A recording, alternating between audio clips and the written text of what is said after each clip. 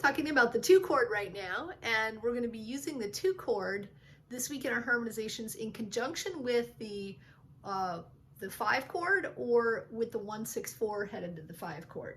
So for this week and for most of our harmonizations that we do in keyboard skills, I don't want you to use the 2 chord followed by 1 chord, because then we have a retrogressive progression. So let's take a look at this progression in G major. What I'm going to do is I'm going to substitute the 2 chord for the 4 chord.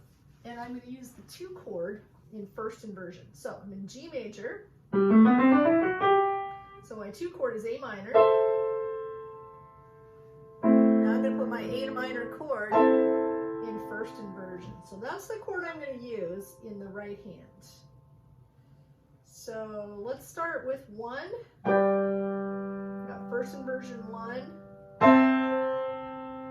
first inversion 2 in the right hand. I'm going to step up to a root position 5 because I've got D in the bass. So that would be a good cadence to practice in preparation.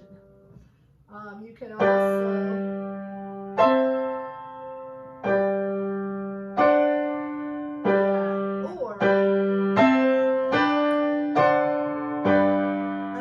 best of all, because that goes to the cadential 6-4. That's kind of similar to what happens in dance. 1, 5,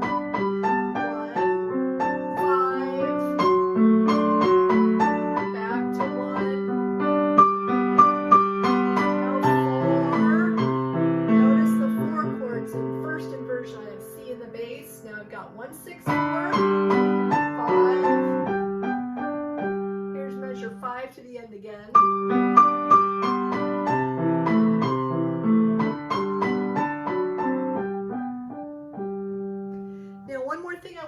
About the Schubert that you're going to harmonize, and that is I want you to put an accompaniment style with the left hand, and a page of the Schubert melody, it shows you could do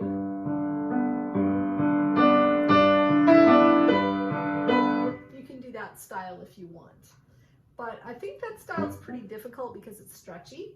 So what you may want to do instead is put the right hand up an octave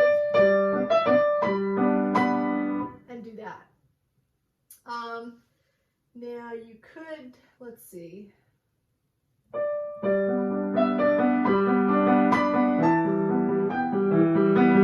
could do something like that if you wanted. So mess around a little bit with the accompaniment style, but don't do block chords. It doesn't fit it very well. Now notice for their example, they've got 1, 1, 1, 1, 5, 5. Did you hear I did something different?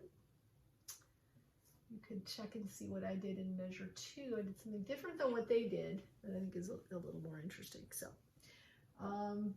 there's some harmonization tips.